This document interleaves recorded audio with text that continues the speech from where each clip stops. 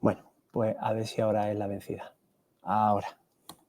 Bueno, un poco la agenda que vamos a contar aquí hoy, ¿vale? Vamos a hacer un breve repaso sobre los distintos modelos de despliegue que tiene actualmente MuleSoft, CloudHub, CloudHub 2.0 y Running Fabric. Hay más, pero aquí en lo que es en EMEA, estos son los principales, ¿vale? Después vamos a hablar un poco de cómo podemos aprovechar al máximo los recursos que nos proporciona el encajonamiento que tiene CloudHub, en este caso, porque sobre todo es el aprovechamiento y el conocimiento de dónde estamos desplegando esa Mule App, qué es lo que va con la Mule App, etcétera, etcétera, ¿vale? Para poder tener un concepto completo del código cuando lo hacemos, cuántas operaciones tenemos que meter, qué es lo razonable, qué es lo que no, y tener cuidado porque el tipo de capacity que tiene una Mule App en CloudHub es un poco extraño, ¿vale? No malo, pero es extraño. Tiene 0,1, 0,2, después te va a 1, después te va a 2. Eso en CloudHub lo han subdividido un poco más, pero no deja de ser 0,1, 0,2 y ya se va a un core. Entonces, esto en Runtime Fabric no pasa, ahora lo explicaré un poco así por encima.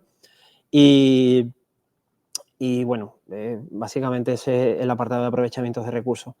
Haré una especie también de repaso de cuáles son las preguntas que nos tenemos que hacer para poder hacer la mejor Mule App acorde a la camiseta, que ya veréis por qué digo camiseta, le vamos a poner a cada Mule App. Y después, al final, haremos un básico repaso de las buenas prácticas que yo considero que son esenciales a la hora de crear una Mule App para que aproveche al máximo los recursos, ¿vale? Pues estructurar bien el código, aprovechar los elementos, el Object Store, el For Each, el Batch, etcétera, etcétera.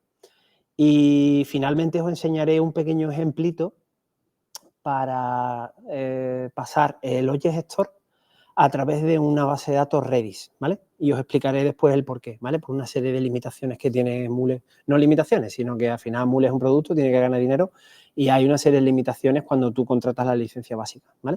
Entonces, en ese sentido, pues os haré un pequeño ejemplo de cómo podemos integrar el Object Store a través de un Redis.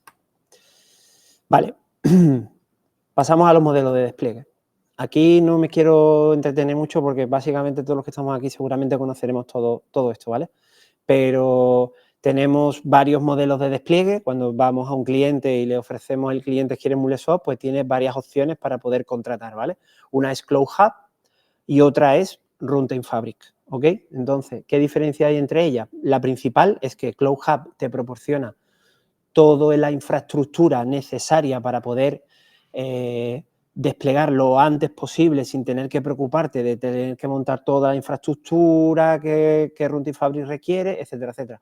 Pero también tiene sus cosas malas, ¿vale?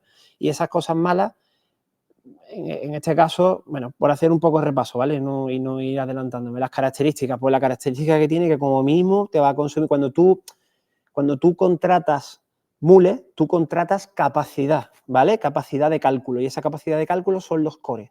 Una Mule App no deja de ser un proyecto Java que se despliega en un contenedor que consume una capacidad. Esa capacidad, en este caso CloudHub, como mínimo, es 0,1 vCore, ¿vale? De 0,1 vCore en CloudHub pasa a 0,2 y de 0,2 pasa ya a 1, a 2 y a 4, si no recuerdo mal, ¿vale? Otra cosa que tiene, que el CloudHub está desplegado sobre AWS, ¿vale? Al final es AWS por debajo y ellos pues han montado su propia infraestructura por encima. Los conceptos de VPC, VPC Peering, Direct Connect, Transit Gateway, esto lo tiene como propio CloudHub, ¿vale? Pero realmente lo que por debajo lo que hace es utilizar los mecanismos que tiene AWS para conectarse y para crear redes privadas, ¿vale? Tiene también conexiones por VPN de toda la vida, etcétera, etcétera, ¿vale? Este producto, CloudHub, nosotros desplegamos dentro de lo que es lo que se denomina Runtime Manager, ¿vale? Que es un producto dentro del Anypoint Platform donde se utiliza para poder desplegar aplicaciones Mule en la infraestructura. propia de MuleSoft. ¿Qué tiene por contra este Cloud Hub 1.0? Lo que comentaba antes, ¿vale? La selección de capacidades, 0.1, 0.2, 1, 2 y 4. No tiene la capacidad de poder decir, oye, pues 0.3, 0.5, 0.7, 0... No tiene, ¿vale? Al final, cuando tú seleccionas estas capacidades, realmente lo que estás es seleccionando una máquina EC2 de AWS donde se va a montar todo lo necesario para que esa Mule App funcione, ¿vale? Esto en Cloud Hub 1.0, ¿vale? Otra contra que tiene, muchas veces las compañías por seguridad tienen el celo de que esto no está en su red. Entonces tienen que entender que cuando tú creas una VPC y la conectas con tu infra, con tu intranet, es como si conectaras un AWS, le crearas un VPC y lo conectaras directamente a tu red, ¿vale? Pero sí es verdad que no está en la red del cliente. Entonces, muchas veces por seguridad, al final en las APIs viajan datos confidenciales. Al final son datos que salen de la base de datos de los sistemas y que las compañías por celo o por miedo o por lo que sea no quieren salir, no quieren que salgan de su infraestructura, ¿vale? Breve repaso, Cloud Hub 2.0. Cloud Hub 2.0 nace a partir de las bondades que tiene Cloud Hub 1.0 y Runtime Fabric, ¿vale? Runtime Fabric es la parte de MuleSoft que permite desplegar la parte del Runtime Manager, ¿vale? En infraestructuras propias de clientes, sobre infraestructura Kubernetes. Permite OpenShift, AKS, GKS y ¿cuál se me pasa? EKS, ¿vale? De AWS. Permite, o sea, MuleSoft te da las herramientas necesarias para que tú puedas instalar el Runtime Manager para poder desplegar aplicaciones Mule en un Kubernetes propio de la compañía, ¿vale? Y después el panel de control se conectará a ese Kubernetes y gestionará todo lo que son despliegues de aplicaciones y demás sobre ese Kubernetes, ¿vale? Con ese razonamiento aparece Cloud Hub 2.0. Cloud Hub 2.0 se basa en Runtime Fabric, pero tiene algunas limitaciones con respecto al Runtime Fabric. Entre ellas, casi la más importante, es el que no permite lo que Runtime Fabric sí, en este sentido de ajustar la capacidad que necesita una Mule App para poder funcionar en términos de CPU y de memoria, ¿vale? Ahora explicaré el porqué. En Cloud Hub 2.0, al igual que en Cloud Hub 1.0, tú seleccionas una capacidad y esa capacidad no se traduce en una máquina EC2, sino se traduce en un pod dentro de un Kubernetes, ¿vale? Ese pod dentro de un Kubernetes no podemos bajar de 0,1 vCore. 0,1 vCore es lo mínimo que se despacha para poder arrancar una aplicación Mule en Cloud Hub 2.0. ¿Qué diferencia hay con Cloud Hub 1.0? Pues que además de 0,1, 0,2, 1, 2 y 4, aquí tenemos más margen de maniobra. En este sentido tenemos 0,1, 0,2, 0,5, 1, 1,5, 2, 2,5, 3, 3,5 y así sucesivamente. Creo que hasta 8, ¿vale? Seguimos teniendo el tema de que la infraestructura la proporciona MuleSoft, con lo cual el cliente no se tiene que preocupar de absolutamente nada de costes ni nada. Permite la posibilidad de crear lo que ellos llaman private space, que es como una VPC donde en tu Kubernetes que tú vas a desplegar tus cositas, automáticamente eso está conectado igual que una VPC normal, está conectado por VPN o por Transit Gateway si la red del cliente es AWS, permite Transit Gateway. Si no, por una VPN normal, hay conexiones entre el private space y la red, ¿vale?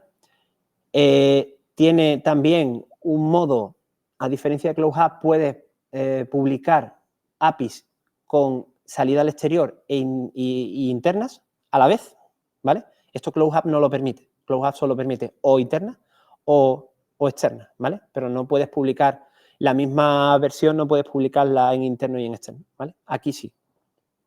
Vale. Y después, bueno, integración nativa con MuleSoft, con todo lo que es el resto de productos. API Manager, Monitoring, Exchange, exactamente igual, ¿vale? Esto es integración completa, ¿vale? Por contra, tenemos lo mismo que pasaba en Cloud Hub 1.0. No se encuentra en la red del cliente, ¿vale? Todos los datos que vayan viajando por estas API, los logs y demás, se pueden externalizar, pero siguen estando el dato va a pasar por una nube que no es, aunque esté conectada con la VPN, no va a estar en el esto del cliente, ¿vale? Finalmente pasamos al modelo que a mí personalmente más me gusta, pero sí es verdad que requiere de más trabajo operativo, etcétera, etcétera, del día a día de la operación de la plataforma y demás. Aquí, pues tenemos, como ya he explicado antes, hay una parte donde tú montas un Kubernetes pelado, ¿vale? Ya sea un AKS, un GKS, un EKS o un OpenShift. Y a partir de eso, tú le pasas la información al panel de control de MuleSoft y le dices, oye, que ya he montado aquí esto y ahora quiero que tú me proporciones el software necesario para poder montar un runtime en mi Kubernetes, pero que tú, a través de tu panel de control, puedas gestionar, ¿vale? Cuando digo panel de control, el panel de control de Mule se encuentra en la nube de Mule, pero está conectado a través de una serie de puertos, sockets, etcétera, a esa infraestructura, ¿vale? De forma segura, etcétera, etcétera, ¿vale? ¿Qué capacidad de configuración tenemos? Pues aquí, a diferencia de CloudHub 1.0 y 2.0, aquí podemos elegir la memoria que le queremos asignar al pod que va a contener el Mule App y la CPU, ¿vale? Esto tiene sus cosas buenas y sus cosas malas. ¿Se puede asignar la CPU? Sí, se puede asignar la CPU, pero tenemos como una especie de margen de maniobra, es decir, el reserve CPU, que es lo que normalmente va a utilizar, y después el limit CPU. El limit CPU es hasta dónde podría llegar en caso de que la Mule App necesitara puntualmente más potencia, ¿vale? Aquí MuleSoft te va a cobrar o te va a pasar por caja el limit CPU, no el reserve CPU. Por eso hay que tener cuidado cuando ponemos en Runtime Fabric, oye, ponemos, esto va a funcionar con 0, porque lo mínimo es 0,04, ¿vale? No, perdón, 0,02 vcores. Y después de memoria mínima, 700 megas. Claro, aquí podemos poner un API muy cortita, muy cortita, muy cortita, que haga cosas muy puntuales a lo largo del día, ¿vale? Pero no es necesario poner 0,1 vcores por fuerza, ¿vale? Y sobre, por así decirlo, sobre pasar la capacidad, o sea, pasarse de capacidad cuando realmente estás usando una décima parte de lo que tú necesitas, ¿vale? Pues aquí se puede ajustar al máximo. Esta cajita verde y esta cajita azul de fondo es eso, o sea, es lo verde es lo que la Mule App me requiere de CPU, de memoria y demás, y la caja grande, la caja azul, es lo que realmente la camiseta, es decir, el tamaño que yo le estoy dando de capacidad a la máquina que va a sostener esa Mule App, ¿vale? Aquí no hay el problema de, oye, me estoy sobrepasando, no estoy llegando. En este sentido, aquí sí hay este problema, ¿vale? Aquí se puede dar que yo tengo 0,2, le asigno 0,2 vcore porque digo, no vaya a ser que me quede corto. Y al final te pones a ver el monitoring y estás viendo que no estás cogiendo casi nada de CPU. Y a lo mejor sí necesitas memoria. En Runtime Fabric, como puedes seleccionar poca CPU y mucha memoria, tienes esa ventaja de que ajustas la cajita verde a la cajita, o sea, la cajita azul a la cajita verde, ¿vale? O sea, la capacidad que tú le asignas a la máquina a las necesidades reales que tiene la Mule App. ¿Qué pros tiene? Lo que he comentado, el aprovechamiento de recursos, la seguridad que está instalada en la red del cliente, es decir, tú pones eso y ahora tú le pones la seguridad que tú quieras a esa infraestructura, no tiene por qué salir fuera, puede ser una infraestructura que esté en un Kubernetes, que esté gestionada desde el panel de control de Mule, pero que no tenga dominios al exterior, sino que solo sea consumido por sistemas dentro de la propia red del cliente, ¿vale? Se dan muchísimos casos. ¿Qué inconvenientes tiene? Pues el coste de la infraestructura. A ver, un EKS no es que sea caro, pero tampoco es barato. O sea, tiene sus cosas y hay que saber dimensionarlo. IPs, las máquinas al final que están por debajo soportando el Kubernetes, que al final son máquinas físicas que están en algún sitio y que tienen una memoria, que tienen una CPU, unos ciclos de CPU, etcétera, etcétera, ¿vale? El coste o sea, lo que es la gestión del login, el Runtime Fabric, el problema que tiene es que los logs se quedan dentro del propio pod donde está desplegado la Mule App.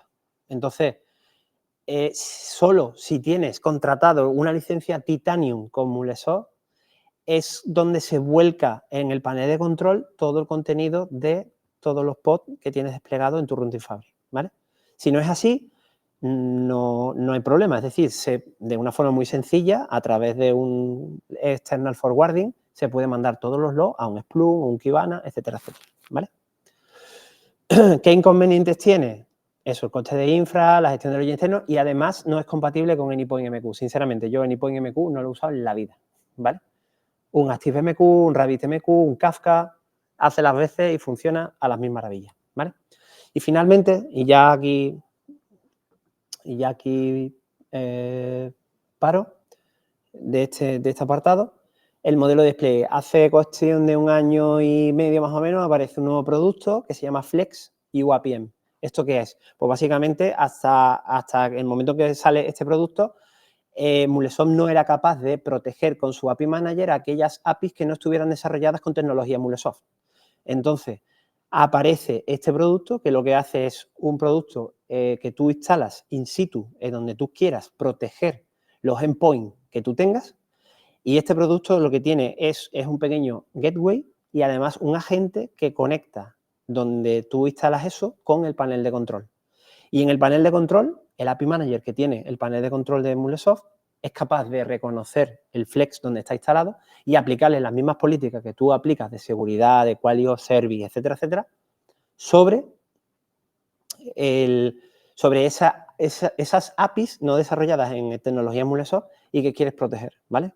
Es como un API gateway de toda la vida que se pone por delante y tú a partir de un panel de control modificas aspectos de seguridad, etcétera, etcétera, ¿vale? Aquí no voy a entrar mucho en detalle, ¿vale? Ya estos temas se han tratado ya en otras sesiones. Vale, ¿dudas hasta aquí? ¿Nada? Vale, perfecto. Pasamos a lo que es el aprovechamiento de recursos, ¿vale? ¿Qué he querido poner en este apartado? O sea, lo que queremos conseguir, como el título de la mitad dice, lo que queremos conseguir es aprovechar al máximo el 0,1 VCore, ¿vale? Cuando digo 0,1 VCore, quiero decir cualquier capacidad que tenga asignada esa MuleApp, ¿vale? Lo que no es normal es que tengamos MuleApp con 5 operaciones y otras MuleApp con 90 operaciones, ¿vale? Y cuando digo 90 me estoy quedando corto, con lo que yo he visto por ahí, ¿vale? ¿Qué pasa? Pues que aquí, si no sabemos jugar bien con las capacidades que tiene CloudHub, me centro sobre todo en CloudHub porque Runtime Fabric no tiene ese problema, porque Runtime Fabric yo configuro memoria y CPU al gusto de lo que necesite esa MuleApp, ¿vale? Entonces, aquí, como tenemos el hándicap de que solo podemos seleccionar un número específico de tamaños de camiseta, ¿vale? Pues tenemos que ser conscientes de a qué nos atenemos cuando le ponemos esa camiseta, ¿vale? Porque te puede quedar muy ajustada o te puede quedar muy grande, ¿vale? Entonces, lo que vamos a intentar es lo que tenemos a la izquierda, que pone que tenemos capacidad de CloudHub y después recursos consumidos por nuestro desarrollo. Pues lo que queremos es lo que tenemos a la derecha, es decir, ajustar al máximo los recursos de la capacidad y el escalamiento de CloudHub. ¿Con esto qué quiere decir? Porque aquí mi compañero Gregorio me comentó, vale, y no me queda espacio suficiente. O sea, la cajita verde es todo el espacio, como mucho, que podría consumir esto a la máxima potencia. Lo verde, ¿vale? Porque lo azul no puede modificarse. Pero lo verde sí, lo puede bajar un poco, pero nunca sobrepasar los recursos porque en este caso se caería, ¿vale? ¿Qué preguntas nos tenemos que hacer antes de implementar, antes de diseñar incluso, ¿vale? ¿Qué preguntas nos tenemos que hacer? Primero, el número, la volumetría que van a tener esas APIs, ¿vale? Porque es súper importante. La volumetría, lo primero. El tamaño de los mensajes que van a viajar en esas APIs, lo segundo, ¿vale? Después, la complejidad de negocios desarrollados. Esto va por, al final, todos los componentes que al final desarrollamos la aplicación, empezamos a meter componentes, etc., etc., y empezamos a complicarnos la vida. Haciendo choice, haciendo for each, haciendo scatter gather, haciendo un montón de historias, ¿vale? Que a lo mejor hay que pensar que el integrador no es el mejor sitio para hacer cierto tipo de cosas, ¿vale? Un integrador sirve para transformación de datos, para orquestar un poco las integraciones, pero no sirve para hacer el trabajo que deberían hacer los sistemas en origen y destino, ¿vale? Eso es súper importante. Esto no es un USB como hacíamos antiguamente, que los sistemas Edge no hacían nada y se complicaba la vida. No, esto que lo haga el integrador. Y al final metían un montón de lógica de negocio en un integrador que no tiene ni pies ni cabeza. Aparte, no se puede reutilizar, no se puede hacer nada. Entonces, esto hay que intentar tenerlo en cuenta a la hora de hacer los flujos que hacemos todos, ¿vale? La parte de SLA y latencia del backend, súper importante. Cuando nos vamos a conectar a sistemas externos, a mí no me preocupa cuando tengo que mover cosas dentro de Mule o entre APIs de Mule, eso no me preocupa. A mí lo que me preocupa siempre es cuando yo me tengo que conectar a un sistema externo que no conozco. Cuando yo tengo que conectarme a un sistema externo que no conozco, siendo un Oracle, siendo un SQL Server, siendo un Siebel, siendo un sistema S400, siendo lo que sea, porque no conozco qué volumetrías tiene, si aguanta el tirón, porque yo a Mule le meto potencia y eso es capaz de tragarse millones de peticiones a la hora, y el problema es que aguante lo que hay debajo, aguante, ¿vale? Eso es súper importante. Otra cosa que parece que no se habla mucho, pero es más importante que creo que todo lo demás. ¿Cómo vamos a agrupar las operaciones dentro de la Mule App? Eso es súper importante. Esto no quiere decir que la metodología por fuerza tengamos que cumplir el API-led connectivity, las 3 capas, no, ¿vale? Y esto lo digo por activa y por pasiva. Yo sé que Rafa está por aquí y me puede tirar de las orejas, pero hay veces que no es necesario crear 3 capas por fuerza, ¿vale? Lo que nosotros recomendamos, pues, es, oye, es necesario agrupar ciertas operaciones por sistema backend, correcto, ¿vale? Es necesario a nivel de system layer. A nivel de process layer, es correcto agrupar las operaciones por entidad de negocio. Pues, por ejemplo, oye, las pólizas, que ahora estamos trabajando con temas de seguro, las pólizas, los clientes, las otras opciones, los claims, pues todo eso separarlo en APIs diferentes. Tiene todo el sentido del mundo. Pero lo que no tiene sentido es que un API tenga 5 operaciones y la otra tenga 80 operaciones, ¿vale? No tiene sentido. Entonces, ahora hablaremos exactamente en detalle de eso y veremos un poco los parámetros a seguir a la hora de agrupar operaciones. Cuando digo operaciones, son operaciones REST metidas, o sea, lo que son operaciones dentro de una Mule App, que es la API, las operaciones REST de toda la vida, ¿vale?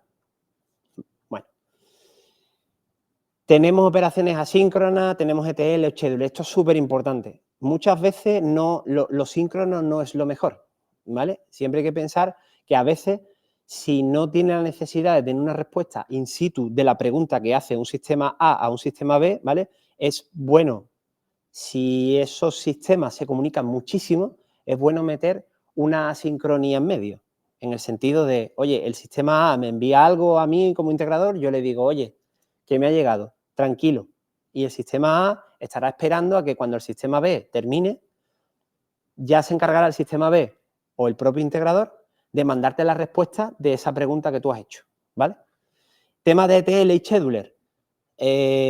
Insisto, MuleSoft no es una herramienta de ETL, ¿vale? No es una herramienta de ETL, pero no quiere decir que no tenga componentes muy potentes para poder hacer ETLs bastante decentes, ¿vale?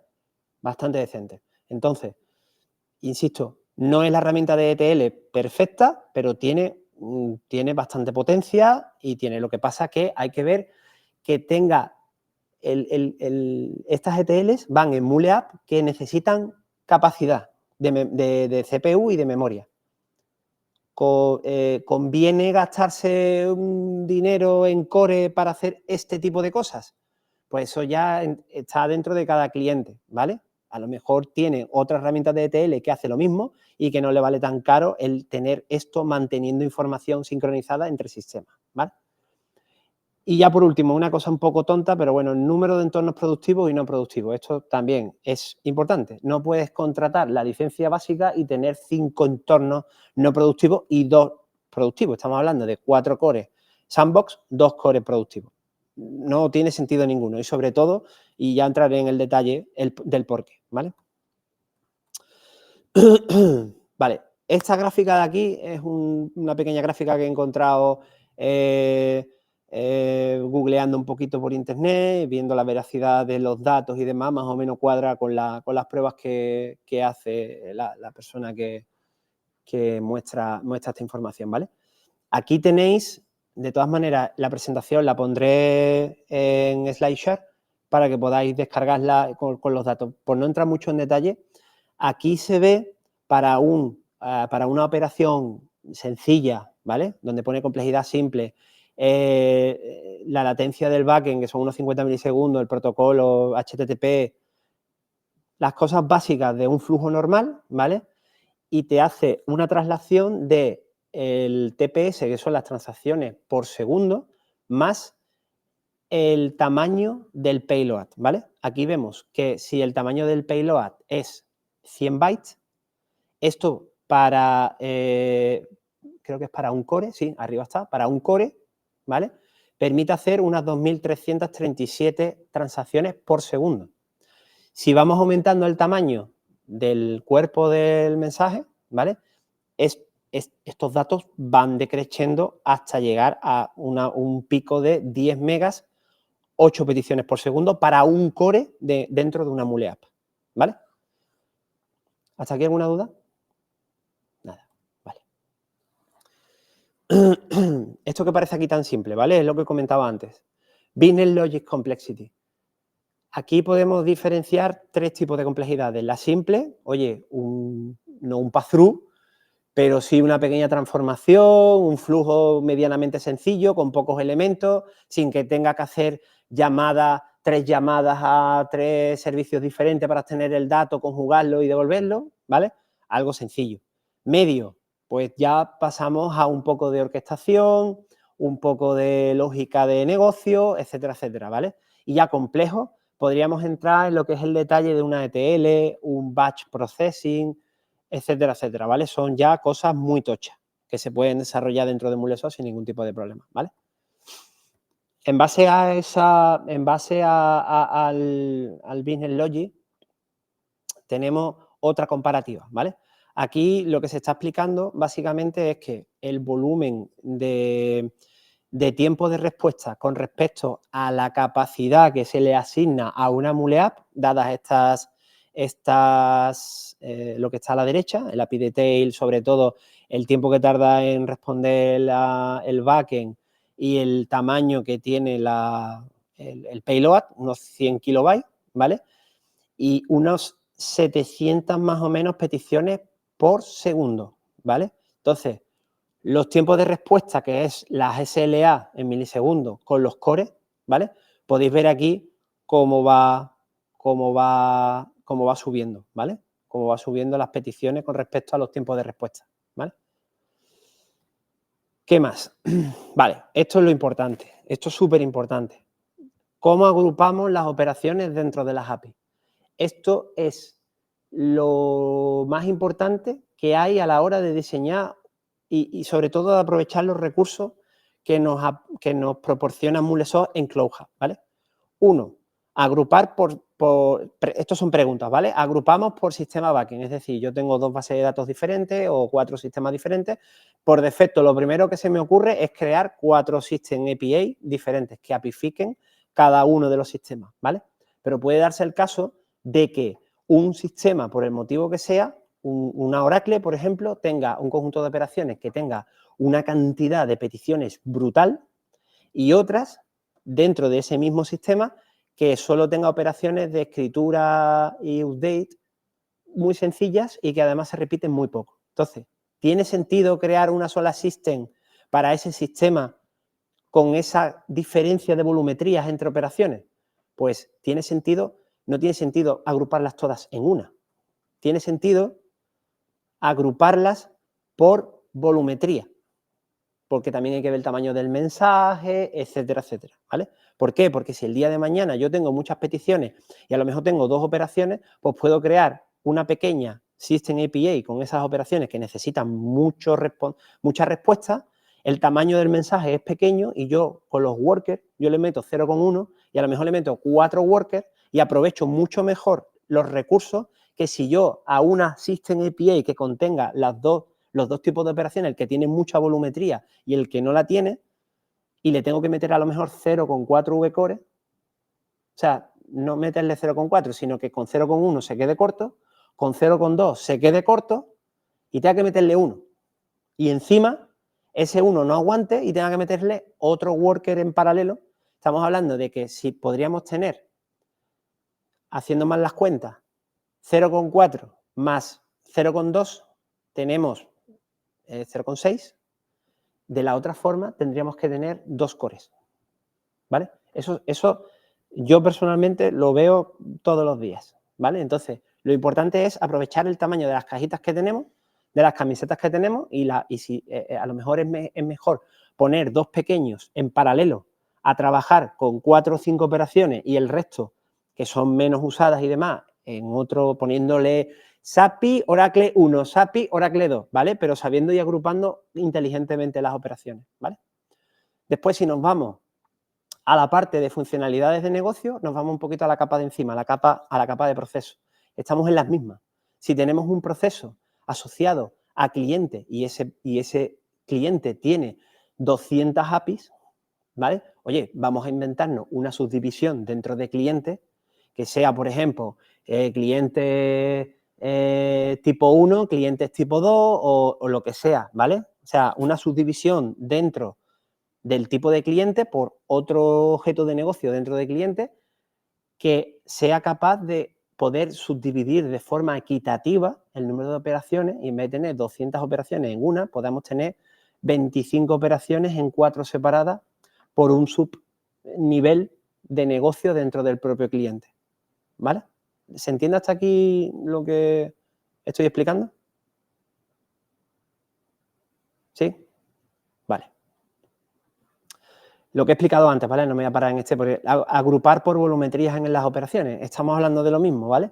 Si vemos que hay operaciones dentro de 25 operaciones, hay 3 que sobrepasan exponencialmente el resto, a lo mejor sería buena idea separar esas operaciones en otras APIs más pequeñas que se puedan poner de forma concurrente. Porque aquí lo que necesitamos es que sea capaz de aceptar el máximo número de peticiones a la vez, con lo cual necesitamos hacer escalamiento horizontal, ¿vale? No vertical, de potencia. Y finalmente, para poder agrupar correctamente las operaciones es necesario que tengamos en cuenta todos los puntos que acabamos de hablar ahora. MuleSoft, después de mucha experiencia con ellos, trabajando con ellos mano a mano, con arquitectos como Mar Escalona o con Juan José y demás, ellos recomiendan más o menos, ¿vale? No lo dicen en ninguna parte, pero más o menos recomiendan un número de operaciones entre 25 o 30 operaciones por MuleApp, ¿vale? Para poder aprovecharla teniendo en cuenta que todas las operaciones tengan más o menos la misma volumetría, tamaño de mensaje, etcétera, etcétera. Esto es para poder aprovechar al máximo el 0,1 vcore, en su defecto el 0,2 vcore, ¿vale? Más allá de esto, ya tendríamos seguramente problemas para pasar de 0,2 a 1. Y si ya pasamos a 1, es que hay un margen de diferencia brutal, porque estamos hablando de 0,8 de capacidad, ¿vale? Y no es lo mismo 0,8 haciendo 0,2 por 4 workers que hacer un core directamente, ¿vale? Porque me quedo corto, ¿vale? De potencia, de CPU y de memoria, ¿vale? ¿Hasta aquí todo entendido? Vale. Aquí esto es una cosa muy rápida. El tema del batch processing o el real time, es decir, cuando diseñamos una arquitectura de integración tenemos que ser muy conscientes de que a lo mejor no es necesario que la respuesta del dato que necesita sea en el momento, que eso es el real time, ¿vale? ¿Es lo mejor el real time? Sí, porque así no hay latencia, no hay problemas intermedios, no hay historias de que, oye, yo te he pasado a ti un fichero, se ha procesado 100 líneas del fichero y la 101 ha fallado y ahora qué, y no sé qué, y no sé cuánto. Lo mejor es real time, pero también hay que ser consciente de lo que valen las licencias, si es necesario que el dato esté en ese momento y si el intercambio de información es periódico, es decir, a lo mejor una vez al día, la integración es una vez al día y te tienes que coger un montón de registros de un sitio y pasarlos a otro, ¿vale? Esto no tiene sentido hacerlo por real time, esto tiene sentido hacerlo por un batch, por un ETL, etcétera, etcétera, ¿vale? El tema de la sincronía, súper importante. Parece que a la gente cuando se le presenta esto tiene como miedo a, oye, hacerlo de forma síncrona, es que hacerlo de forma síncrona es lo más fácil del mundo, ¿vale? Es simplemente que entre el sistema A y el sistema B existe un servicio que manda información y que está escuchando constantemente si esa información que ha mandado le ha llegado correctamente al sistema destino, ¿vale? Y para eso se suele utilizar una estructura JMS, que es una estructura de colas, donde al final es como una base de datos, que está almacenando temporalmente el mensaje hasta que es procesado por la parte que consume esa cola. Es tan sencillo como eso, ¿vale? ¿Qué tipo de mecanismos se utilizan?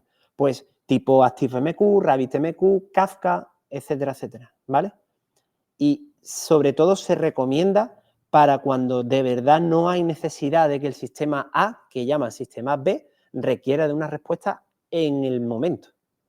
Muchas de las aplicaciones que se están desarrollando hoy en día están apostando por la arquitectura EDA, una arquitectura de eventos. Es decir, cuando pasa algo, eso se envía a otro sitio y ese sitio que ha mandado la información está esperando a que lo que sea o el tiempo que sea procese lo que tenga que procesar y cuando sea procesado, el sistema destino le diga al sistema origen, oye, que ya lo he procesado, ya puedes cambiar el estado tuyo a procesado.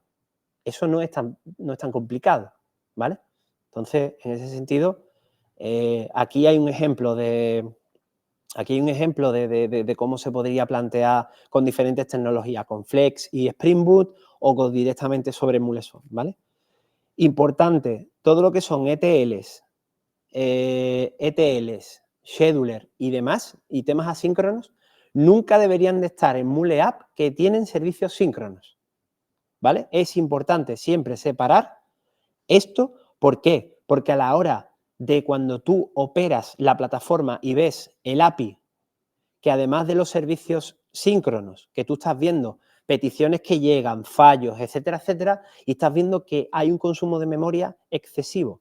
¿Y eso por qué es? Porque es que hay un scheduler por detrás que tú no sabes y que tú no ves, en el monitoring tú no lo ves, donde está consumiendo memoria cada media hora y no sé el por qué. ¿No sabes el por qué? No. Es que dentro de ese API, que es mayoritariamente síncrono, que tiene sus servicios red que llaman a otras cosas, tienes otras cosas que están consumiendo memoria y CPU. Y tú no te estás enterando.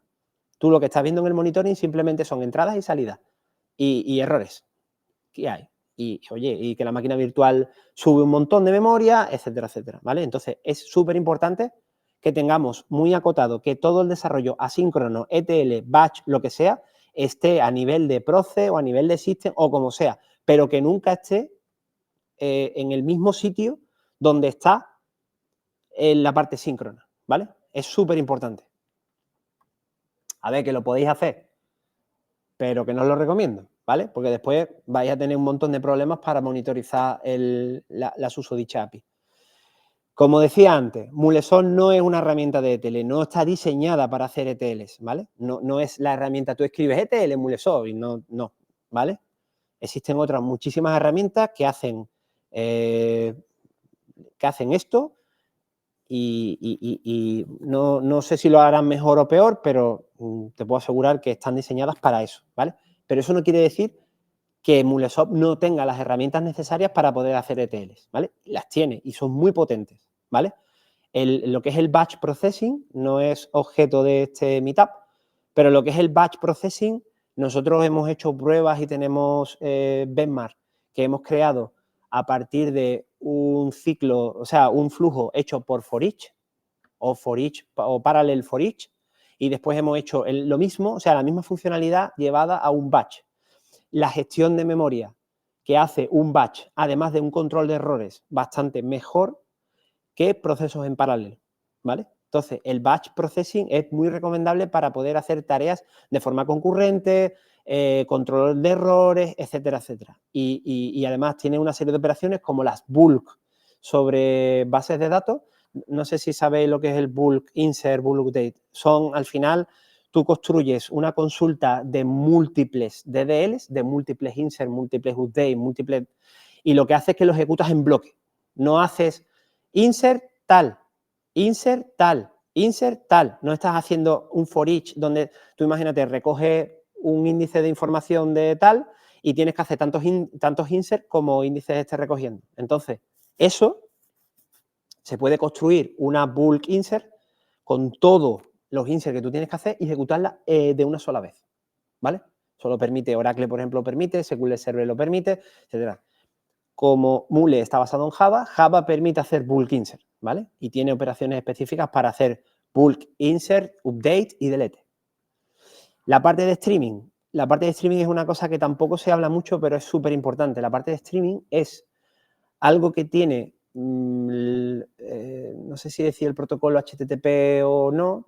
Bueno, la cosa es que Mulesoft permite que cuando tú estás trabajando con ficheros muy grandes, tú no tengas por qué cargar ese fichero enorme en la memoria de Java para poder trabajar con él, sino que tú estás trabajando el fichero a través de un buffer que tiene un tamaño y tú vas cargando ahí partes del fichero, lo vas procesando y cuando lo vas procesando vas liberando memoria y vas cogiendo más memoria, ¿vale? En formato buffer, en formato un tamaño de memoria específico y voy leyendo poco a poco el fichero. De esa forma, si tú tienes que leer un fichero de 10 gigas, no cargas 10 gigas en Java de esa Mule App, sino que tú le dices, oye, el tamaño del streaming va a ser de 2 megas. Pues tú vas a leer de esos 10 gigas, cada 2 megas vas a estar leyendo constantemente para no sobresaturar los recursos que tienes asignados a la Mule App, ¿vale? Vale, y después, por ejemplo, eso se me ha dado el caso muchas veces, y esto es súper importante también, cuando tenemos muchas ETL dentro de una Mule App, muchas veces, no sé, le da al tío la picada de que está desarrollando de poner todos los puñeteros cron a la misma vez, con lo cual todas las ETLs lanzan todos los schedulers a la vez, y todos los schedulers lanzan todo a la vez, con lo cual empieza eso a consumir memoria y CPU como un loco. Oye, señores, vamos un poquito inteligentes y vamos a decirle, oye, el primer ETL lánzamelo por la mañana a las 8 de la mañana todos los días. El segundo, lánzamelo, si sé que el primero tarda 10 minutos, pues lánzamelo a las 8:30. El tercero, o sea, ir de forma inteligente cambiando las fechas, o sea, la frecuencia con la que se van lanzando todo. Entonces puedes meter en una sola Mule App, puedes meter todas las ETLs que quieras siempre y cuando no se pisen, ¿vale? ¿Por qué? Porque la ETL va a funcionar solo en el momento que se arranque. Entonces ahí puedes meter 10 ETL, que si tú arrancas las 10 ETL a la vez, te puedo asegurar que eso va a necesitar 2 cores. Si tú tienes una ETL que va a trabajar poquito a poco y que va a lanzarse poquito a poco durante todo el día, con 0,1, 0,2 va más que de sobra. Estamos hablando de 0,8, ¿vale? El core de Mulesoft vale muy caro, y hay que ajustar al máximo los recursos, ¿vale? Perfecto. Esto es un poco anecdótico, ¿vale? Números de entorno. Cuando llegamos a un cliente, yo he llegado a clientes donde me han dicho, oye, esto hay que montar 4 entornos no productivos, div, dev, int, QA, pre-prod y 2 entornos productivos, producción y recovery. Por si se cae producción, que esté recovery. Vale, ¿cuántos cores tiene? No, es que tengo 4 cores y 2 cores en productivo. A ver, señor, alma de cántaro. Y además, te dice además que los sistemas backend solo tienen Dev y Pro. ¿Para qué puñetas quieres 4 entornos de APIs que van a llamar a los mismos datos? No tiene sentido ninguno.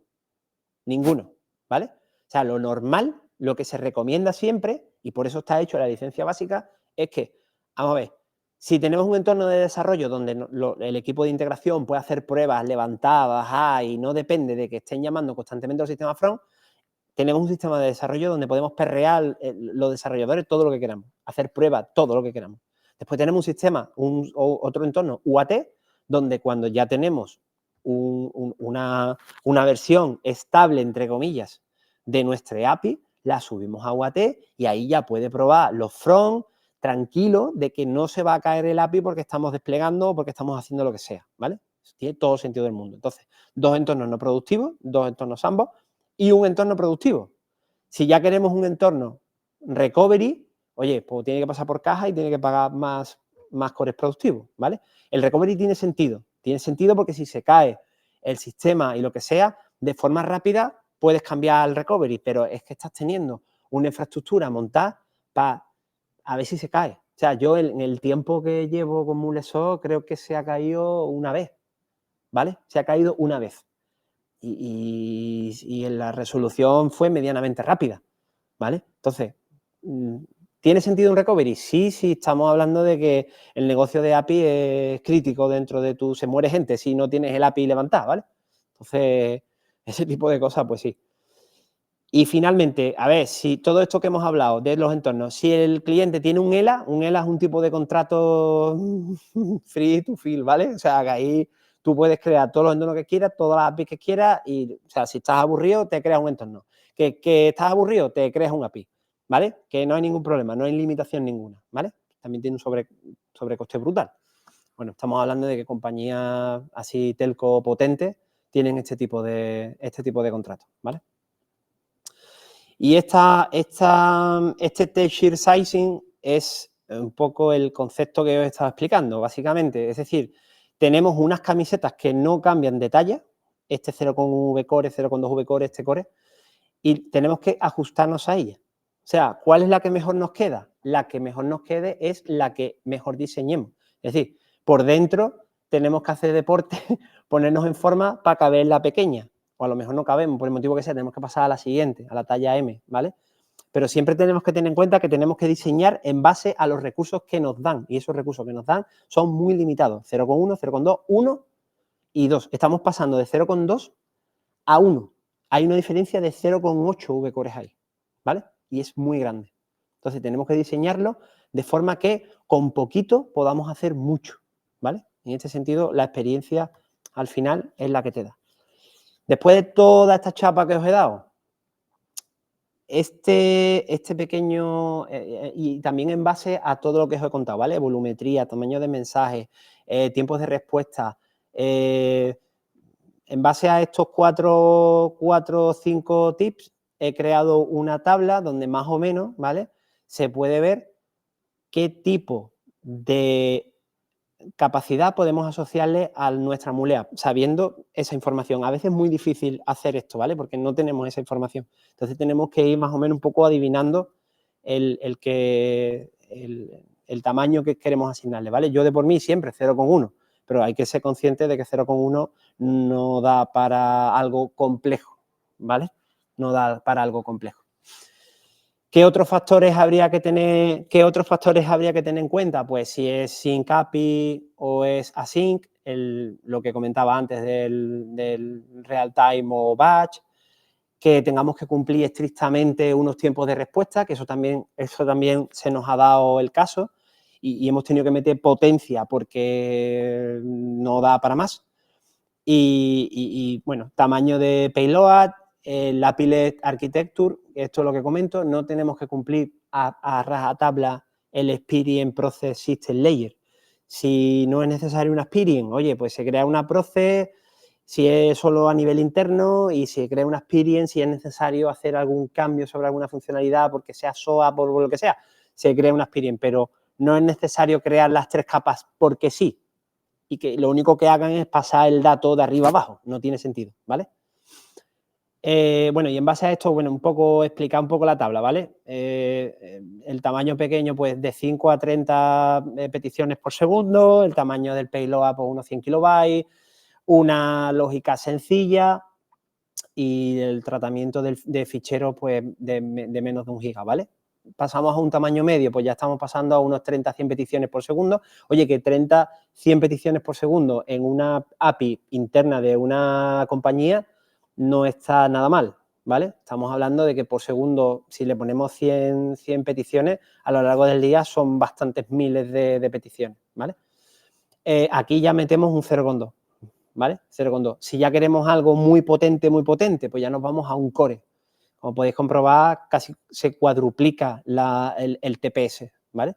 El tamaño del payload no cambia, bueno, cambia, sí, cambia, está entre 100 kilobytes y 200 kilobytes, que 200 kilobytes de texto es una burrada para un servicio síncrono normal, ¿vale? Y una lógica media, ¿vale? Si ya pasamos al large de un core, estamos viendo que, bueno, que sube la cosa un poquito, complejidad, tamaños de fichero, controlar lo que... Sobre todo, hay veces que hay que hacer APIs que se descargan ficheros, que cogen ficheros, etcétera, etcétera, y aquí sí es necesario meter un poquito más de potencia. Y ya yo no lo he visto nunca, ¿vale? O sea, yo no he necesitado poner 2 cores a un API.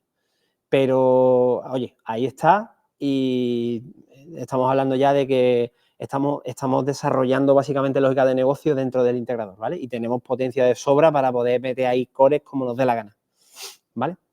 ¿Hasta aquí alguna duda? ¿Nada? Vale. Pasamos al siguiente. Esta parte es bastante sencillita, ¿vale? Es simplemente unos tips de desarrollo que yo personalmente creo que tienen todo el sentido común del mundo para exponerlo aquí y ya vosotros me decís si estáis o no de acuerdo. Yo he planteado con la experiencia de hacer un proyecto tras otro, me he planteado lo que es la organización de un proyecto Mule de una forma con el sentido o el mayor sentido común posible, ¿vale? Es necesario distinguir una serie de elementos dentro de Mule y organizarlos dentro de los ficheros de configuración de Mule, ¿vale? Pues aquí lo que recomiendo, el nombre ya lo dejo a vuestra elección, ¿vale? Pero crear un global XML donde estén todos los elementos de configuración global, todos los global elements, tipo database config, http listen config, http request config, todo eso en un solo sitio, ¿vale?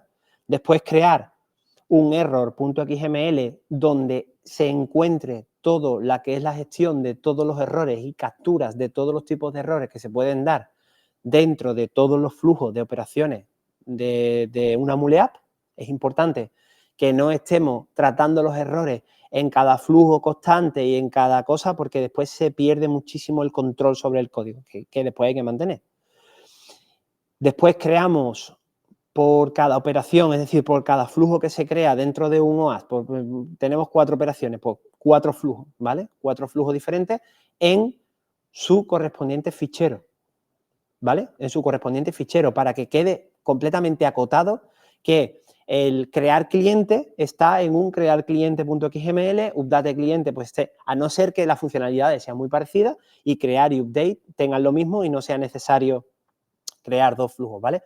Pero en este caso, siempre que existan 4 operaciones, yo recomiendo siempre un flujo por cada operación separado, ¿vale? Después, todo lo que sea código repetido debería de meterse en un subflow y agruparse en un fichero common XML donde se haga referencia a ese flujo desde cualquier parte del resto de operaciones. ¿Por qué? Porque al final estamos repitiendo código. Esto es lo mismo que tenemos en Java. Creamos funciones para no tener que repetir lo mismo que tiene la función dentro. Pues esto es lo mismo, ¿vale? No tiene sentido ver flujos repetidos con los mismos componentes metidos dentro, ¿vale? Cuando de alguna forma se puede parametrizar metiendo variables o metiendo cosas, y lo que es el contenido de los componentes se puede llevar a un flujo común y no está repitiendo el mismo código manteniéndolo, ¿vale? Después, utilizar correctamente las properties de entorno, es decir, cada entorno tiene unos datos de conexión diferentes, unas reglas diferentes y unas historias diferentes. Pues crear un property por cada uno de los entornos y tener una propiedad global para controlar qué entorno se tiene que configurar en cada momento, ¿vale? Y después, por último, esto no es tan importante, o yo por lo menos no lo he llevado a cabo muchas veces, ¿vale? Siempre que tenemos, porque al final cuando tú creas un transform en Sage lo haces tan ad hoc, tan a medida, que raramente lo tienes que utilizar en otro sitio, ¿vale? Si esto se diera al caso de que tenemos un dataway que es la polla en verso y tú dices, oye, que esta función que he hecho es canela en rama y sirve para hacer un montón de cosas con este dato de entrada y lo convierte en este dato de salida, ¿vale? Pues todo eso, ese tipo de comportamiento, no tienes que repetirlo en todos los transform en 6, sino que tú te lo puedes llevar a un fichero de tipo DataWave, ¿vale? DWL, si no me equivoco, lo pones dentro del proyecto y automáticamente hace referencia en el transform en 6 a ese fichero. Y eso lo que va a hacer es que no tengas que repetir ese mismo código, que todos sabemos cuando pasamos a ver el XML que eso tiene por dentro, que es un horror. Simplemente hace referencia a ese DataWave, ¿vale? Eso es lo mismo que con los common, ¿vale? No repetir el código. Y aquí no sé si se ve, bueno, creo que se ve bien.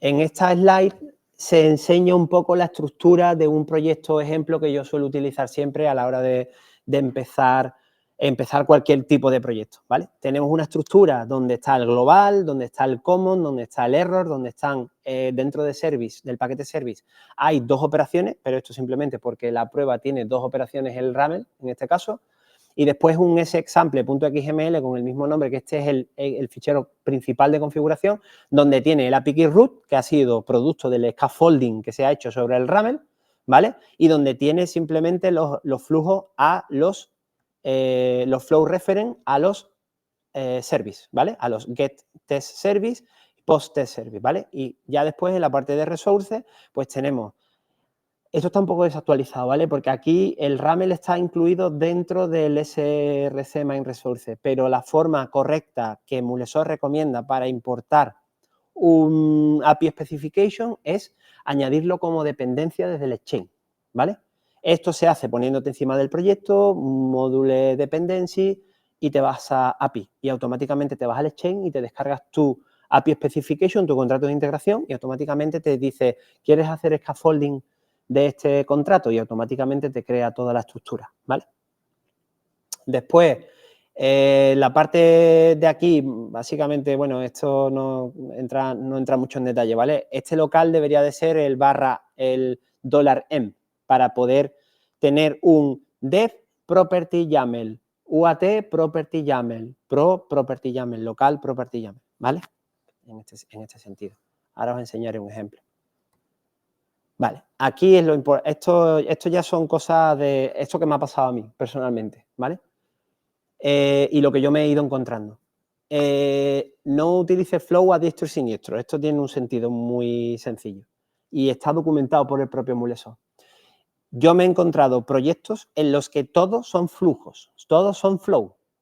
El flow consume más recursos que un subflow y el subflow hace exactamente lo mismo, casi lo mismo que un flow, a excepción de que un flow es capaz de capturar su propio error, es decir, si algo pasa aquí adentro, se puede capturar aquí y tratar aquí, ¿vale?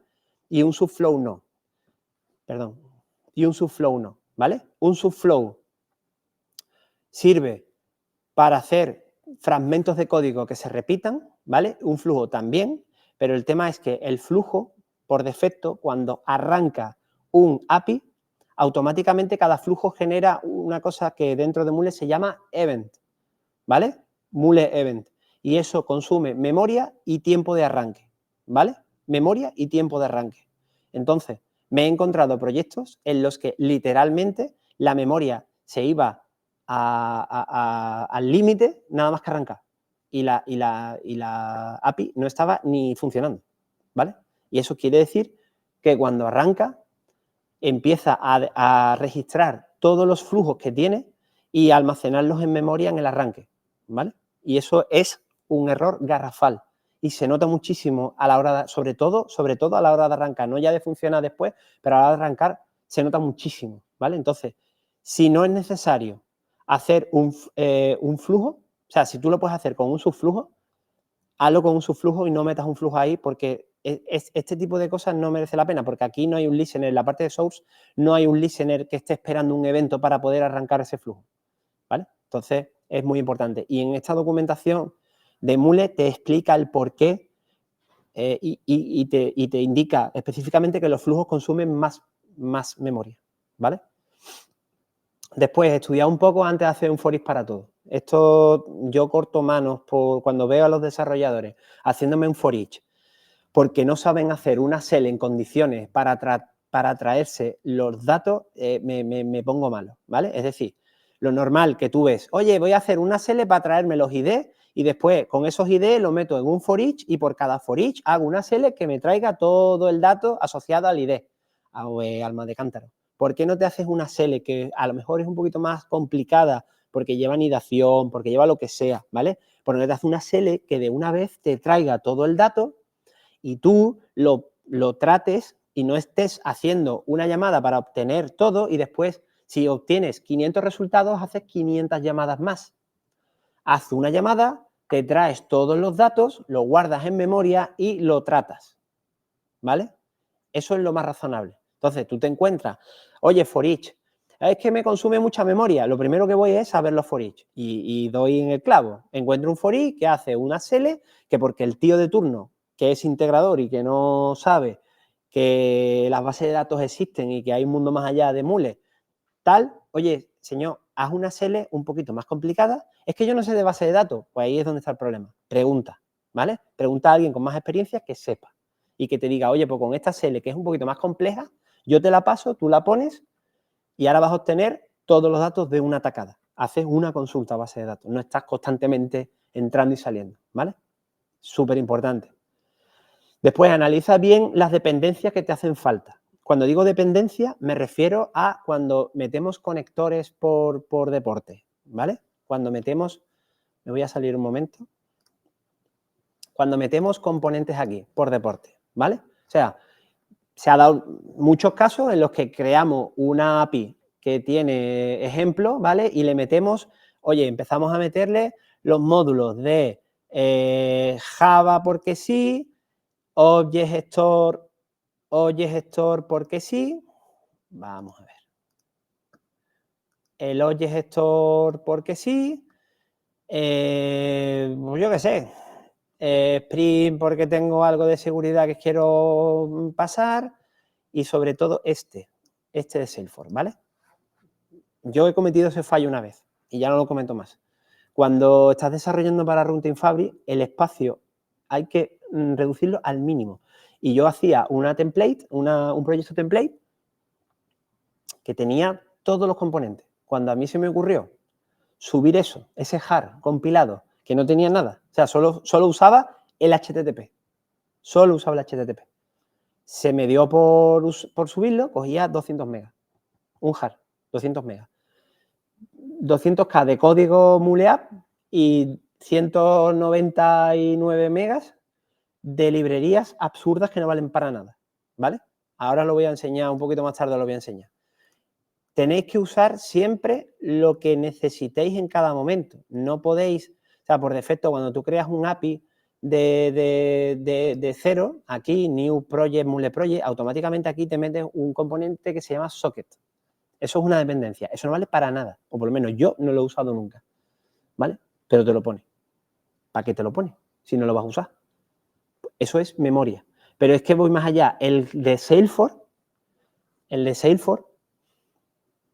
vuelvo a la presentación, aquí. El de Salesforce coge 40 megas. La librería, el jar de Salesforce, ocupa 40 megas. Y yo lo he visto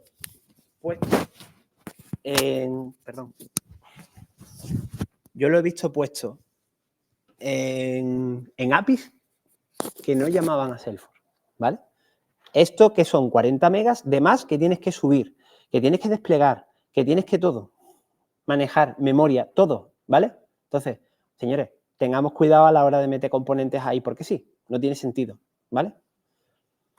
Os lo cuento porque es que no es una ni dos veces la que me he encontrado yo esto, ¿vale? Que es que son muchas, ¿vale? Cuando trabajemos con base de datos, siempre que se pueda, pool de conexiones. Configuramos el pool de conexiones. El Java por defecto y por ende Mule, cada vez que se conecta MuleSoft a una base de datos, abre y cierra conexiones y eso ocupa muchísimos recursos, muchísima memoria, sobre todo memoria. Y vamos justitos de memoria, ¿vale? Entonces, con el pool de conexiones lo que se consigue es mantener siempre abierto el canal. La primera vez te va a tardar lo mismo que cuando hagas la primera conexión si no tienes el pool de conexiones. Pero una vez que esté abierto, si lo configuramos bien, es decir, le ponemos min pool size mínimo 1, siempre vamos a tener una sesión abierta con base de datos. Y siempre que Mule necesite hablar con la base de datos, no va a tener que abrir y cerrar sesión, sino que va a utilizar la que ya existe. Y si no la tiene, creará una nueva hasta el max pool size. Pero siempre va a tener... vamos, además, es que eso hemos hecho benchmark y se gana... estamos hablando de 3 y 4 segundos cada vez que se llama a la base de datos. Cuando ya la tienes con el pool puesto, los tiempos de respuesta son milisegundos. Cuando abres y cierras y no tienes el pool, estamos hablando de 3-4 segundos de respuesta, ¿vale? Entonces, súper importante. No todas las bases de datos permiten pool de conexiones, ¿vale? Estamos hablando de un Oracle, un SQL Server, un MySQL Server, un PostgreSQL, ese tipo de datos, ese tipo de base de datos sí lo permite, ¿vale? Ya si nos vamos a Mongo y demás, la verdad nunca lo he probado, ¿vale? No sé si tiene configuración de pool de conexiones y demás, pero bueno, si la tiene siempre intenta usarla, ¿vale? Acceso al Object Store. Si no, bueno, entiendo que lo conocéis, ¿vale? El Object Store es una zona de memoria que utiliza Mule para poder almacenar temporalmente, es un tipo de base de datos clave-valor, donde tú puedes almacenar temporalmente datos con su clave pertinente, ¿vale? Y poder recuperarlo, creo que tenía un máximo de 30 días, ¿vale? Son datos efímeros, ¿vale? Durante 30 días tú puedes ir accediendo, a no ser que tú lo elimines directamente, ¿vale?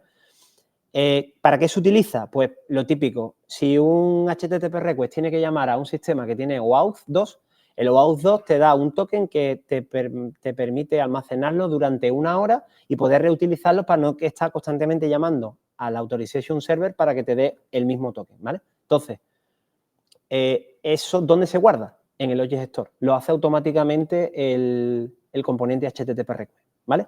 Oye, que tenemos que usar caché. Igual, la caché guarda una serie de datos y los guarda en el Object Store, ¿vale? Y otra serie de usos que se le puede dar. Hay un componente Object Store que se puede utilizar para guardar clave-valor que tú necesites en el momento que tú necesites. ¿Qué problema tiene el Object Store? Que con la licencia básica solo permite poder acceder en modo o lectura o escritura solo 10 TPS, es decir, solo 10 transferencias por segundo. Si estamos hablando de que tenemos un 0,v core y 4 workers, una sola aplicación, ¿vale? Se puede dar el caso y muy fácil, vamos, que se nos ha dado a nosotros muchas veces, de que te salga un error indicando que se ha pasado el límite máximo y que necesita esperar un segundo para poder volver a llamar. Y esto origina problemas en producción a tutiplén, ¿vale? ¿Qué pasa?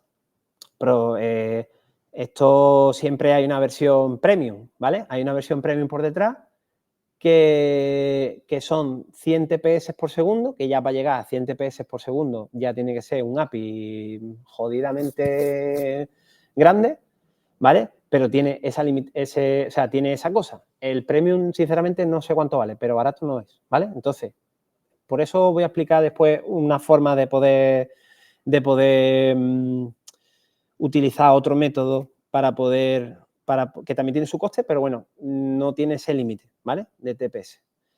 Vale, y por último, yo estoy cansado ya de decir esto y me vaya a decir, tío, más pesado y demás.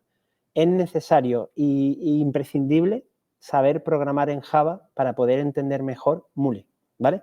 Y ya no solo saber programar en Java, saber integración. Es importantísimo para poder entender cuando las cajitas dejan de funcionar, el Happy Path deja de funcionar y se da todos los días, ¿vale? Problemas con JDBC, problemas con no sé qué, que si tú no tienes un conocimiento básico medio en Java o te has enfrentado a problemas en Java, te va a costar mucho trabajo poder resolver el problema en Mule, ¿vale? Muchas veces los problemas que Mule no puede resolver porque tú no encuentras en Google, oye, Mule, error tal, no te sale, ¿qué pasa? Muchas veces si pones lo mismo con Java, sí te sale cómo resolverlo, ¿vale? Hace un par de días se nos ha dado el caso de un conector que funcionaba correctamente, lo hemos puesto exactamente igual de otra forma y de vez en cuando el pool se caía, ¿vale? Entonces, buscando Mule, error tal, no sale nada. Por más que busque, pum, pum, pum, y la comunidad de Mule es muy grande. No encuentro nada. Cambié la palabra Mule por Java y a la primera o a la segunda encontré, oye, esta conexión hay que ponerle estas 3 propiedades en el conector y problema solucionado. Pero es Java, no es Mule, ¿vale? Entonces, es importante que veáis más allá de las cajitas del Flow, ¿vale? Es muy importante, ¿ok? Así que os recomiendo estudiar Java y un poquito de Spring también. ¿Hasta aquí todo claro? Así son los tips que yo me he encontrado en estos años en los que he ido desarrollando, ¿vale? Son recomendaciones, no tenéis que llevarla a cabo, podéis hacer lo que os dé la gana, pero son recomendaciones que podéis mirar a la hora de poder resolver problemas de rendimiento, etcétera, etcétera, ¿vale? Vale, vamos bien, más o menos. ¿Preguntas? ¿Hay preguntas? ¿Nada? ¿Todo claro? Vale, perfecto. Bueno. Por entrar un poco más en detalle, simplemente os voy a explicar lo que he explicado antes, básicamente, ¿vale? ¿Qué es el Object Store? Pues es un tipo de almacenamiento clave de valor, es una potente herramienta de almacenamiento temporal, eso lo sabemos todo lo que desarrollamos con ellos y lo usamos muchísimo, ¿vale? Un ejemplo de utilización, lo que he comentado antes, token OAuth, almacenamiento de reglas en caché. ¿Qué limitaciones tiene? Lo que comenté, ¿vale? Permite por aplicación 10 accesos de escritura, lectura, por aplicación, si tenemos worker. Los workers no cuentan como aplicaciones diferentes, es una aplicación, ¿vale? Y 100 millones de transacciones al mes, ¿vale? La Premium permite por aplicación 100 accesos de lectura y escritura por segundo y no recuerdo si tiene limitaciones de transacciones al mes, ¿vale? Ahí Rafa, no sé si me podría ilustrar. Ah, vale. ¿Cuánta gente hay ahora mismo? Vale. ¿Cómo podemos salvar esa limitación, que es un problema bastante gordo? Cuando estamos hablando de que tú estás desarrollando, tú estás haciendo pruebas, tú esa limitación no la vas a ver en tu vida, ¿vale? El problema lo vas a ver cuando tú lo tengas en pro y eso esté funcionando y estén llamando un montón de peticiones y usando el Object Store. Eso se nos está, vamos, el tiempo que yo llevo, he visto 2 problemas con respecto a esa limitación, ¿vale? Y 2 problemas gordos, porque tú desarrollas algo en base a unas pruebas y a unas historias tuyas y después te das cuenta de que lo que has desarrollado por esa limitación que el cliente después te dice, yo no voy a pagar un duro más, ¿vale? Así que tú me lo arreglas como tú estimes oportuno, ¿vale? Y tú le dices, no, que es que esto no es culpa mía, que esto es culpa del producto, que tiene esta limitación, que no sé qué, que no sé cuánto, y no lo sabes, ¿vale? Entonces, ¿se puede sustituir el Object Store por otra cosa? Sí, se puede sustituir por una base de datos Redis, ¿vale? Una base de datos Redis es el mismo tipo de Object Store, es un tipo de almacenamiento súper rápido de clave-valor, ¿vale? O sea, tú pones una clave en el formato que sea, asociado a un valor en el formato que sea, ¿vale? Redis no es barato tampoco, ¿vale? No es barato, pero depende del contrato de cada cliente con cada proveedor, Azure, Google o AWS o lo que sea, o si lo tiene montado en su infraestructura o lo que sea, ¿vale? El Redis puede ser que sea una opción bastante viable, ¿vale? Y lo bueno que tiene es que la configuración del Object Store a Redis es casi transparente. O sea, tú no tienes que hacer nada especial sobre el código que utiliza Object Store para poder cambiar eso. Simplemente en la configuración del Object Store cuando lo estás usando, simplemente lo rediriges a la base de datos Redis, ¿vale? Ahora os voy a enseñar un ejemplo. ¿Ok? Es lo que comento, limitaciones no tiene. Y contra, el coste. A ver, el coste de un servicio SaaS en Azure, en AWS o en Google de Redis, o es decir, un Redis ya dado por la nube, no es excesivamente caro, pero tampoco es barato, ¿vale? Porque es un tipo de base de datos que requiere mucha, o sea, que está, para que me entendáis, este tipo de base de datos está desplegada en memoria RAM, ¿vale? O sea, la memoria RAM es lo más rápido que hay. Pues la base de datos está desplegada en memoria RAM, ¿vale? Y si no está en memoria RAM, están en discos duros súper rápidos, SSD de lo más rápido que hay. Por eso que vale más cara. Al final, el tiempo de respuesta, al final se paga hasta por respirar en la nube. Pues eso es lo que tiene, ¿vale? Y por aquí, de teoría, poco más. Simplemente os voy a enseñar un ejemplo de cómo se utiliza el Redis, ¿vale? Hay un componente de Redis que tenéis que buscarlo en Exchange, que aquí ponéis Redis y automáticamente os sale en el Exchange, nada más que lo tenéis que pasar, ¿vale? Y permite un montón de operaciones, entre ellas el get y el set, que es lo que básicamente os voy a mostrar, ¿vale? Si pongo debug, voy a abrir el Redis. Yo tengo un Redis aquí instalado en mi máquina, ¿vale? Es un Redis local que te permite una instalación muy sencilla y esto es un IDE para poder ver la base de datos por dentro, ¿vale? Ahora mismo no hay nada y yo voy a hacer una petición, esto está arrancando, ¿vale? Una petición que hace el set de un clave valor y después vamos a hacer un get de ese mismo clave valor, ¿vale? Vamos a esperar un momentito que arranque.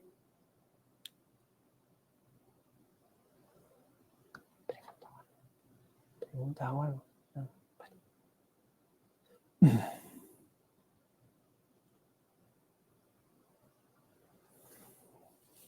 Puede haber arrancado antes y no tenemos aquí los tiempos de espera.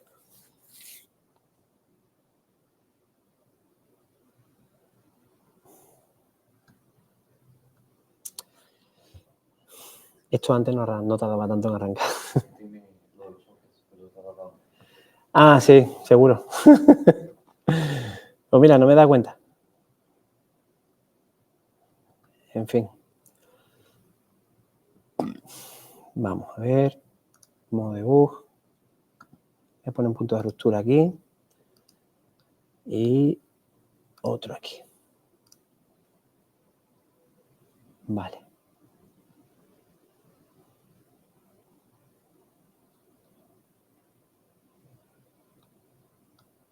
Vamos a ver si arranca ya de una puñetera vez. Vale. De todas formas, set Redis. Vale. Aquí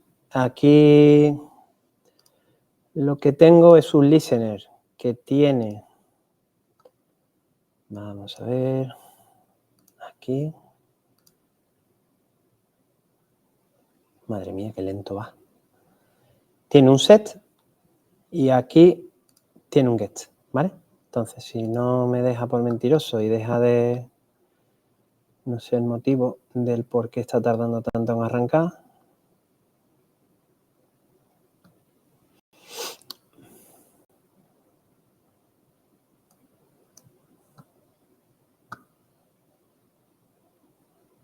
Vale, ya está desplegado. Lo que hacemos es, le pasamos una clave test_key y un valor test_value, ¿vale? Si llamamos, se para aquí, le damos para adelante, nos devuelve un OK, ¿vale? Con lo que es el payload que le hemos mandado. Ahora, si nos vamos aquí y le damos aquí, vemos que tenemos la clave y tenemos el valor. Así es como funciona el Object Store. Clave, valor, no tiene más, ¿vale? Esto lo que pasa es que me lo he llevado al absurdo, a lo sencillo, ¿vale? Si me voy al get, lo que voy es a intentar recuperar lo que tenía la clave test_key. Si le doy a send, nos vamos aquí, nos paramos aquí, obtenemos el resultado y el resultado nos devuelve esto, ¿vale? Ahora vamos a verlo cómo lo integramos como Object Store dentro de un proyecto Mule normal y corriente. Paramos este y conforme voy arrancando el otro, os voy explicando. Vamos a ver.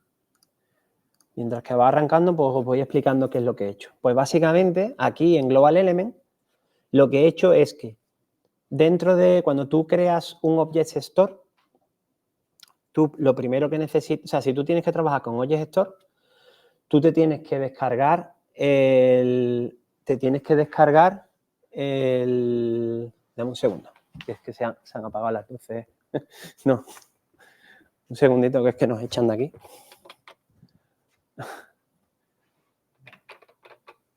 Ahora, vale.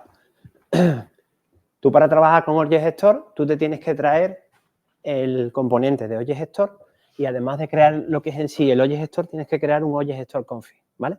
Entonces, si nos vamos a... ¿veis la pantalla? No, sí, se está viendo la pantalla. Cuando estáis creando... Ay, perdona. Bueno, por algún motivo esto no quiere arrancar ahora. Vamos a ver. Vamos a intentarlo otra vez, ¿vale? Debug. Vale. Nosotros lo que hacemos aquí, en Global Element, lo que hacemos es que el Object Store, cuando tú lo creas, tienes que crearle un Configuration Reference. Y aquí en Configuration Reference es donde básicamente le vamos a decir el host y el puerto de nuestro Redis, ¿vale? Es importante que el tipo de conexión sea non-clustered, ¿vale? Porque de esa forma nosotros ya le podemos decir que apunte a nuestro Redis. Si le ponemos clústeres, ¿qué pasa? Que si lo cambio, creo que puedo afectar... Si lo cambio, esto de aquí cambia, ¿vale? Y no te sale el Object Store de Redis, sino es el Object Store de Mule, ¿vale? Entonces, si ponemos non-clustered, le ponemos nuestra URL y nuestro puerto, automáticamente esto lo que va a hacer es almacenar lo que nosotros queramos como el Object Store de Mule, pero en otro sitio. Como estamos sustituyendo el Object Store con esa limitación que tiene tan importante de los 10 TPS, la estamos, por así decirlo, redirigiendo a un recurso propio nuestro que nosotros podemos gestionar y que no tenemos ningún problema. Más allá de que a lo mejor puede tener un poquito más de latencia que el Object Store, porque el Object Store se encuentra dentro de las dependencias de Mule, etcétera, etcétera. Pero si la conexión con Redis es rápida, os puedo asegurar que no vais a tener casi nada de latencia a la hora de obtener el dato de esa base de datos, porque el acceso es ínfimo, es súper rápido, ¿vale? No, porque el Object Store, cuando tú necesitas Object Store en alguna flow, tú necesitas obtener el componente Object Store, ¿vale? Tú necesitas el Object Store para poder hacer store, para poder hacer retrieve, sobre el Object Store que se supone que es de Mule, pero por debajo lo que tiene es un Redis, ¿vale? Pero tú necesitas el componente Object Store para poder usar ese almacenamiento temporal dentro de Mule. ¿Puedes usar Redis? Sí, pero el componente HTTP request que tiene por dentro un Object Store no almacenaría eso, sino tendrías que hacerlo a mano. Es decir, hacer una cosa que llamara al Authorization Server, obtener el token, lo almacenaría dentro, lo sacaría, no sé, y lo recuperaría y todo eso. Entonces, el HTTP request tiene una zona en la configuración del HTTP request donde tú le dices, oye, yo me logo, mi HTTP request de Mule, yo me logo contra ese sistema backend por OAuth 2. El propio componente HTTP request tiene todo lo necesario para tú configurarlo con 3 clics. Le tienes que decir, oye, almacénamelo en el Object Store, pero él solo gestiona que cuando pase una hora, el token, cuando no sea válido, automáticamente cogerá, borrará el Object Store, irá otra vez a preguntar el token, se lo traerá y lo volverá a almacenar en el Object Store. Si tú lo haces con Redis, todo eso lo tienes que hacer a mano. Eso, claro, todo eso lo tienes que programar a mano. A programar a mano me refiero con las cajitas. De esta forma, no. De esta forma, tú tienes tu Object Store configurado, el Object Store config, apuntando a ese Redis, ¿vale? Esto, si miramos el código por dentro, vemos que el Object Store está aquí declarado y esto después está apuntando a un Object Store config y la diferencia es esta. Eso hace, esa simple línea, hace que sobreescribas el Object Store de Mule por un Object Store customizado, ¿vale? Y esto lo que hace es que cuando esto está arrancado, que ya está arrancado aquí, vamos aquí, ¿vale? Aquí tú no ves Redis por ningún lado. ¿Veis? O sea, aquí no vais a ver un componente de Redis por ninguna parte, ¿vale? Sí es verdad que lo tengo aquí, ¿vale? Pero si no está esto, si no está el componente de Redis, desde el Object Store no puedes apuntar a Redis, porque no te sale non-clustered, ¿vale? Es importante tenerlo, pero no es necesario usarlo. Como podéis comprobar, aquí tampoco hay ningún Redis config ni nada. Pero simplemente, si no lo tienes, es lo mismo que pasa con el Object Store. Si tú quieres usar Object Store en el HTTP request, en el momento que tú intentes asociarle el Object Store, no te lo va a permitir, porque es que ni siquiera lo vas a ver. El OAuth las opciones de HTTP como auth no vas a ver eso hasta que no pases el Object Store como componente a tu proyecto. Lo mismo pasa con Redis. Si no está Redis metido, aunque no lo estés usando físicamente, no vas a ver el non-cluster y no vas a poder conectarte a la Redis, ¿vale? Entonces, si llamamos aquí, este de aquí, vamos a llamar, esto se para aquí y esto lo que va a hacer es que va a almacenar en el Object Store de Mule, que es Redis, va a almacenar clave valor, ¿vale? Si no me deja por mentiroso, aquí, esto me ha devuelto 1. Si yo me meto aquí ahora mismo, vamos a ver qué es lo que hay. ¿Veis que ha cambiado? Esto es lo que hay dentro del Object Store de Mule. Lo que pasa es que tú aquí, evidentemente, no vas a ver nada, ¿vale? Las historias, esto es Java en código fuente, ¿vale? Código objeto, perdón, ¿vale? Entonces, esto ahora yo cojo y me voy al otro flujo, voy a recuperar el dato que yo he metido en el Object Store de Mule, que es de Redis, ¿vale? Si me voy aquí, hago lo mismo, es simplemente la clave si es visible, ¿vale? La clave, como podéis comprobar, aquí, no es visible dentro así, pero es lo que yo le he metido. Es decir, yo aquí, en la llamada set, le he metido clave testkey, value, testvalue. Lo que pasa que esto por seguridad, no se ve. Si yo tengo un ID de Redis y me meto dentro, no se ve, ¿vale? El valor, me refiero en plano, ¿vale? Entonces, si yo me voy a coger el valor, llamo y de la misma forma esto dice retrieve key que tú me estás pasando. Tú me estás pasando test key, ¿vale? Yo tengo el test key ahí guardado y automáticamente lo que me devuelve... ¡Ay, mierda! Pues me ha dejado. Sin el expreso. ¿El qué, perdona? En la API. Lo he puesto como string, como express. ¿No? Esto creo que era así. Sí. Vale, perdonad. Vamos, esto me ha funcionado, ¿eh? Lo único que la habré dado a lo mejor sin querer y la he liado parda. Y la he liado por si acaso.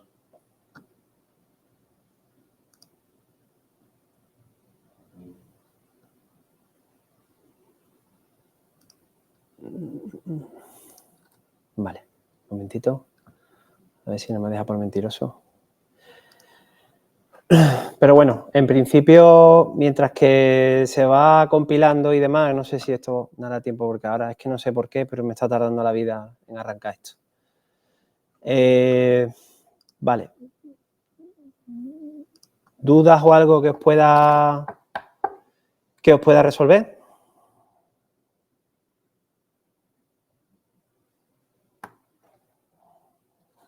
¿Nada? Vale, perfecto. Bueno, pues ahora mismo es que esto se está muriendo por dentro y no me va a funcionar, ¿vale? Pero bueno, en principio lo que os he enseñado que funciona, vamos, que no es simplemente eso, ¿vale? Bueno, pues si no hay más, dejo de compartir pantalla y en principio, si no tenéis dudas, cerramos aquí.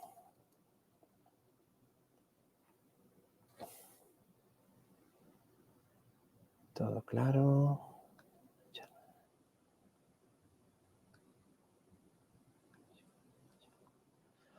Ok, pues nada, dejo de grabar.